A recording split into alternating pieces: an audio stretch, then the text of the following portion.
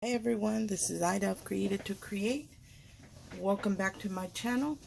If you are not 18 years or older, this video content is not intended for you. Somebody asked me if there was a tutorial on how to put this cornflower together or how I put them together. And I haven't seen somebody with a video that is putting it together. So I'm going to share with you all how I put mine together. Actually, I'm working on my friend Ginger's order, which is the last one. I got all my orders out except for the newly requested bee kits that I have to work on. But I'm working on my last flower order for my friend. And so I thought I would just turn on the camera and share with you how I do that. Now these are already layered up. I went to breakfast this morning, you guys. I normally don't do that, but I did today so I could give my flowers time to set, because I use a silicone dimensional glue for my flowers, and I have to give them a little bit time to set, so then I can move on to the next step. So I'm going to share with you how I shape my flowers. I'm not going to share with you how I paint them. This particular purple one is a watercolor one, and they don't look really nice when I first color them in, but when you put them together and add the bling and everything, they look really, really nice. Now, I'm not an artist by any means. I will share with you what I use to paint these, and I will link whatever I can in the description box. I use this watercolor set that I bought off of Amazon, and I don't think it was very much money, but this is like a pearl palette, and if I can find it, I will link it. And I've never really even used it till now when I was doing these flowers. So, but I believe, guys, I did these on regular cardstock, but I think that if you use watercolor paper, yours won't be splotchy or anything like that, because watercolor paper is made, first of all, to withstand the wet from the water, the moisture from the water, and also the ink or the paint just kind of slides better, it blends better. But nonetheless, if you have regular paper, it still looks very, very pretty, but I think you will get a better result by using the correct paper. So I'm just going to share with you what the die looks like. Actually, I linked it in the description box. This die is a 6-piece set, and the flower center is 2 pieces, but I only use 1 on these. And then the petals are these 4 pieces, and I already had mine. I cut them out this morning because I had to paint them and let them dry and all that good stuff. And I had some pink ones that I was working on last night, but they're not fully completed. Here are the pink ones. I think I only have to make Ginger the blue ones, and I will be done with her order, and then I can start on my bee kits. But I'm going to share with you the process. So after I've painted them, if I don't want to sit there and wait, and I just took my heat gun to them to dry them up, and I turned them upside down.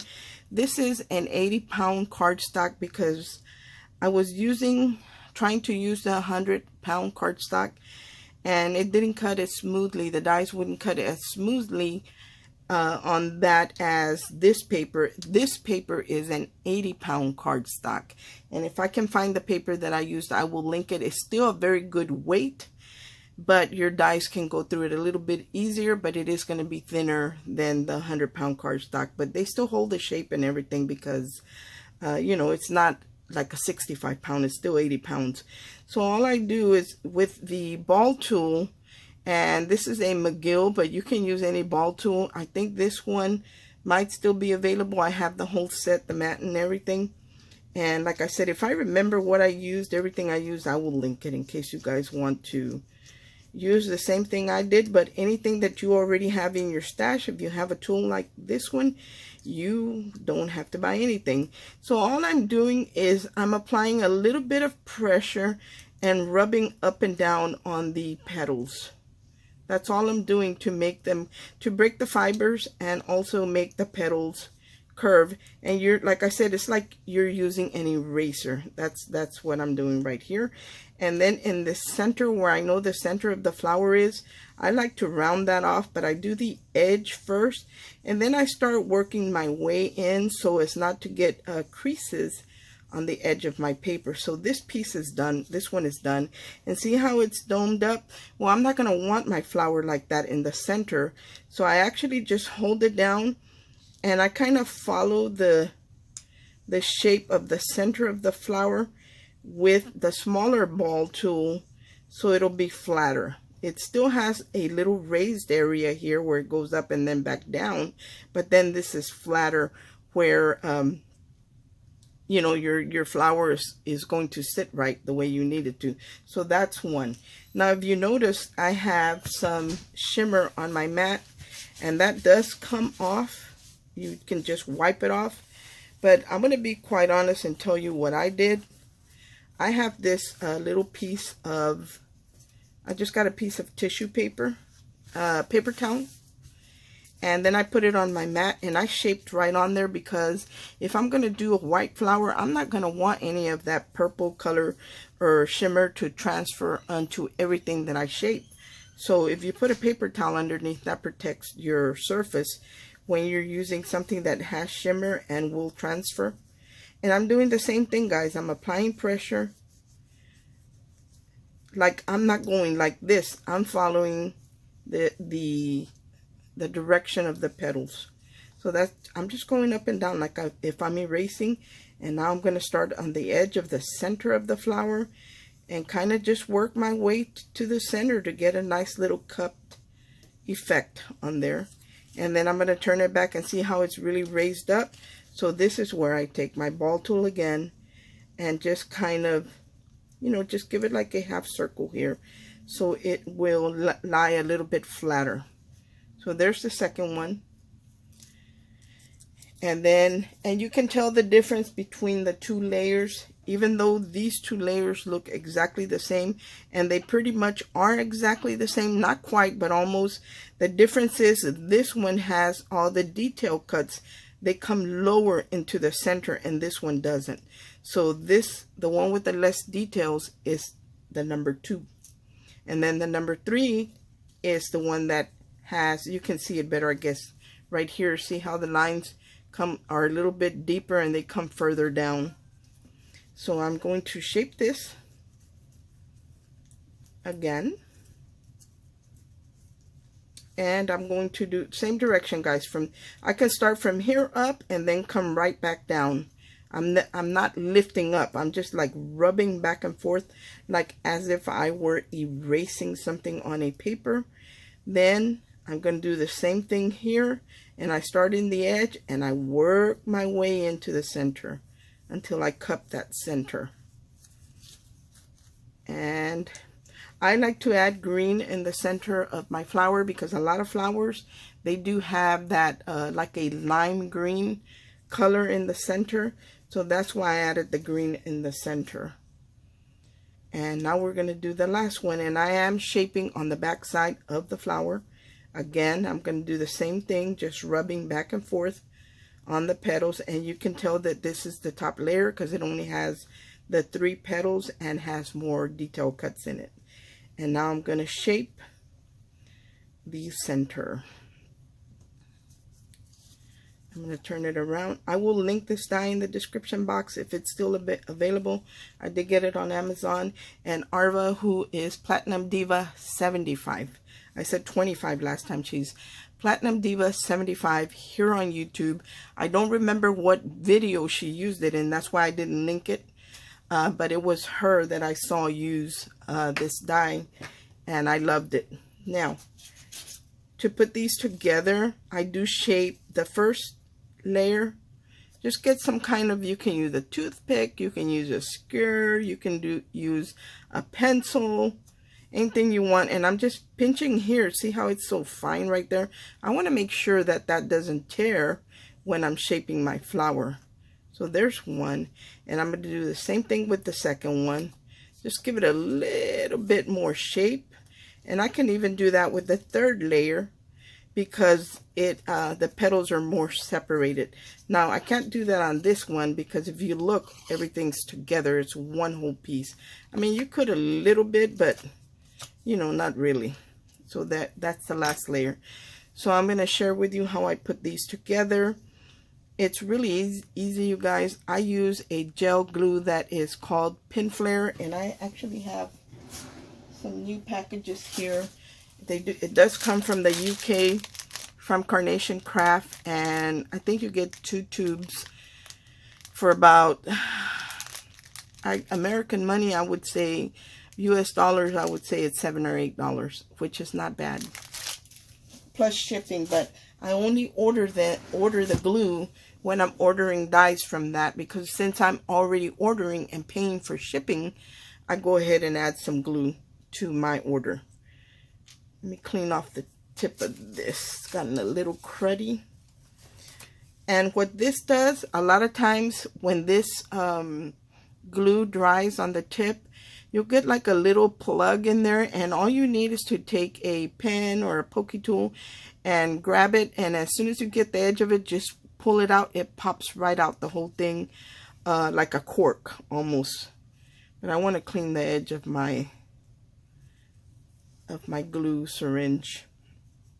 And so I'm going to look for the layer that has the least petals, I mean the least detail cuts coming down, which is this one. And I like to add a nice glob in the center, then I'll add another one there, maybe one there, and one there. This takes the place of dimensional tape. I'm not having to pull little papers, I'm not having to cut them smaller or anything like that. And all I'm going to do is layer it up, and I can tell that this little petal has to line up with that little petal. That's my first goal. And then of course the front has to line up in the front. So there's the first layer. Let's move on to the second layer. Again, I'm going to add a nice blob of glue in the center, one right here, and I try to keep it more towards where it bends because that's where it's going to hold the shape. If I put it in the area where it's cupped, it's probably not even going to touch the other petals. So you know, you want to put it to where it's going to touch. It's going to dry like that, and it's going to stay up. It's going to hold it up, because when this dries, it's going to, if I smash it down flat, it's going to dry down flat. If I lay it gently on top, just pressing it a little bit to make contact with the bottom paper, however much space is in between, that's what's going to stay. When it dries, it's going to dry hard, and it's not going to get flat. So I try these 2 petals, I know line up right here with these 2 petals. So that's what I'm going to shoot for right here. And gently, all I really do is make sure that the center make contact with the bottom. Okay, here is the last one that I shaped, and I am going to just bend these petals up a little bit. Again, I'm going to do the same thing. Oh, I don't think I cut my center. When I add the glue to these, I'm going to make sure that I am getting some right here where it bends. You can see the glue. The glue is in the area where it bends, and I think I want a little bit more glue in the center. But that's where I'm putting the glue, because I want the petals to stay lifted up some. And again, I can tell that this petal is going to line up on top of this petal, and how I know that is because this petal doesn't have any detail cuts, but the one beside it does. So I know that's one that has to be exposed, because you want to see those lines. But my petal that layers over that one does have the detail cut. So I'm just going to lay it down gently.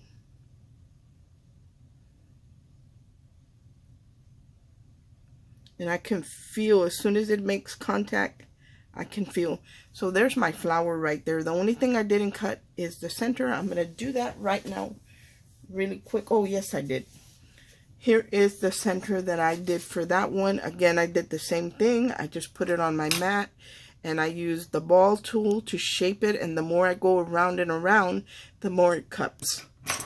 So that's how I shaped that. And I'm going to add my glue there. And I am going to cap this because I don't want it to ooze out, and sometimes it does want to ooze out, but if you put the cap on it, it won't. And then I'm going to add the center right here. By the way, this mat that I'm working on is from Carnation Craft, and I had been eyeing this mat for a very long time, and I finally picked it up, and I'm going to slide it over a little bit because I want you to see how the mat is. That way, if you're going to buy glue or anything and you're already going to place an order with them, you might want to get this mat. This mat has a raised edge right here. It is a silicone mat, and the reason for the raised edge around this rectangle here is so when you're doing a card that has a straight corner, you can actually butt up against this to make sure that your cards are lining up when you're gluing two pieces together and stuff like that. So that's the purpose of that. And I'm going to move it over a little bit, and then I'll move it back because I want you to see. Let me see. Okay, see these little squares right here? So if you're using watercolors or you're using some type of glue, you can actually just pour some in one of these little sections, and then you can clean it up because it is silicone. Also, if you do wax seals, you guys, I have a wax seal that is a square. So these are little squares, and this is going to be perfect for my square wax seal. Let me move it back. I wanted to share that with y'all because I was really excited to get this. And like I said, I had been eyeing it for a long time. And when I treated myself for Mother's Day, I went ahead and ordered it. Okay, I'm going to set this one aside because I want it to dry. So let me move it aside. Now, I like to add diamond dots to my flowers. And what I do is, I think this is set enough where I can move to the next stage. What I do is I put one line of the green, which is this one. I picked these up at Hobby Lobby. I have looked on Amazon for them, and they have other brands, but to me, the diamond dots have the best sparkle on them.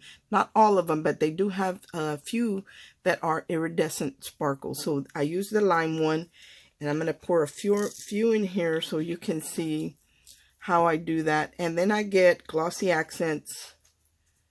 And I find, you guys, that by keeping it in these little bottles, my glossy accents hardly ever clogs up. It's very seldom that the only time it'll clog up is when I don't use it for a long time, but I just get a straight pin and open up that opening again, and then I don't have any trouble until I set it aside and leave it for a long time. So I'm going to add just a line of glossy accents because first I do a line of the lime. And like I said, I'm going to link whatever I can. These trays are, I got this with one of my diamond painting kits. No, I'm sorry. I picked this one up at Hobby Lobby. And believe it or not, these trays really help because most of these dots that are in here are upside down. They're not facing the right way.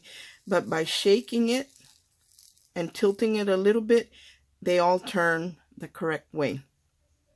So that's the purpose of these trays, and yes, they really work. Now, this is my wax tool that I bought to do my diamond painting with because usually the kits come with a real flimsy one, but I wanted something that was a little bit more comfortable. I picked this one up on Amazon. I will link one in the description box if anybody is interested. But what I like about these, they come with the little squares of wax, and when you need to add more wax to it, it's got a little clear plastic on the top and the bottom. When you need to add wax to it, all you do is get the tip and press it down into the wax to fill up the tip, and then you're good to go again with this. I don't want to have too much on there, but that's how you use that. So it's got an opening there and it fills up with the wax. So let's start with this one.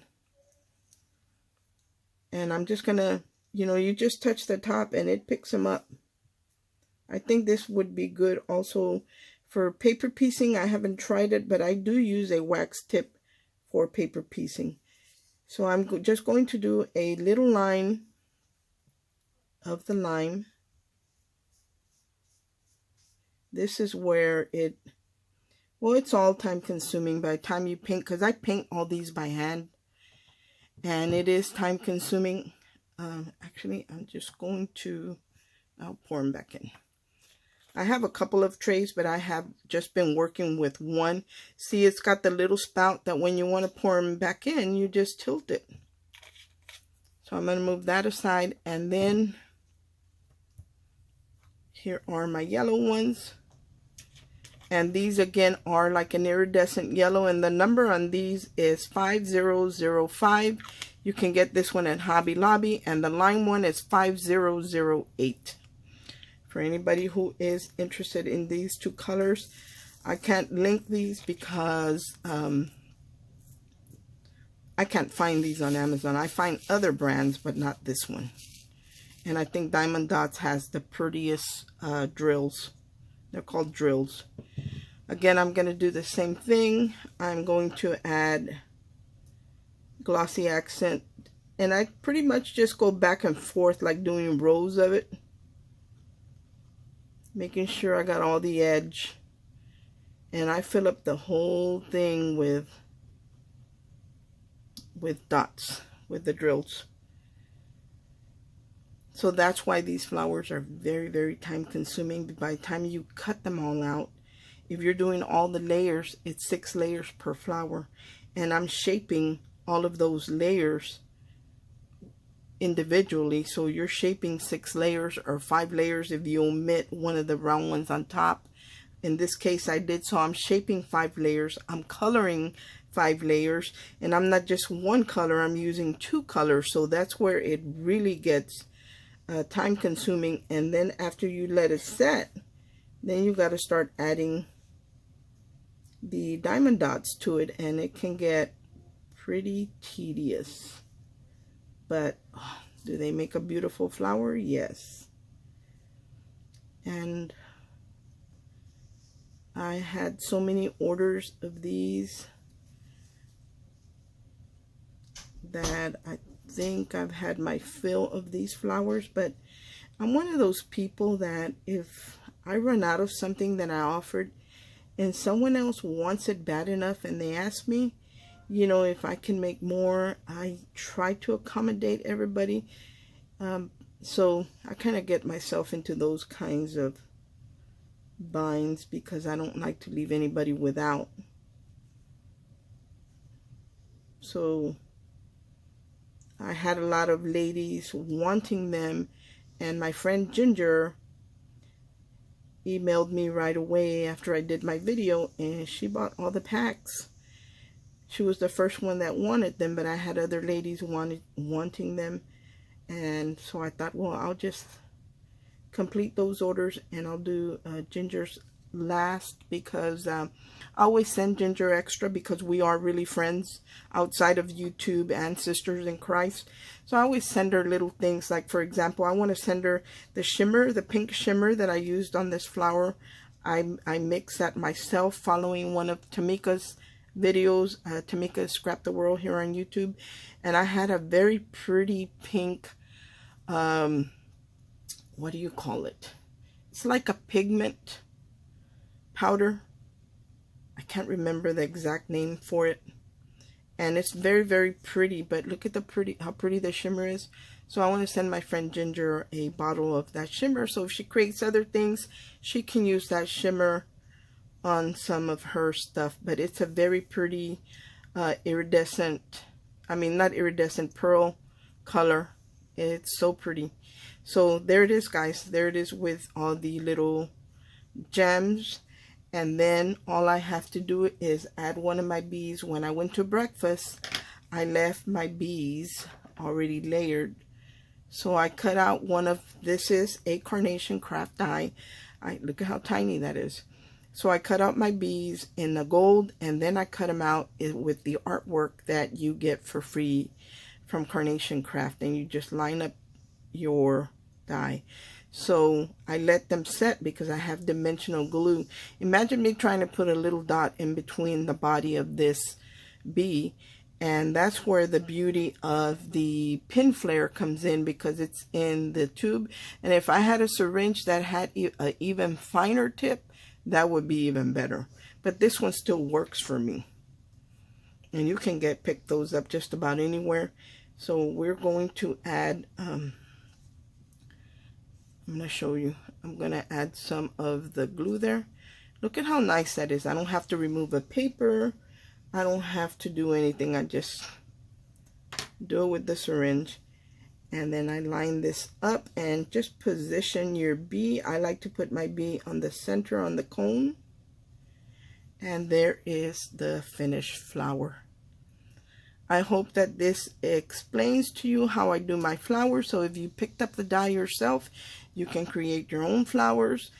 And if you picked up this flower and didn't know what layer went where, hopefully I explained it. I try to explain everything the way I know it, or the way it works for me. It might not be the correct way, but you know, that's the impression I get from looking at the die and the detail cuts and all of that.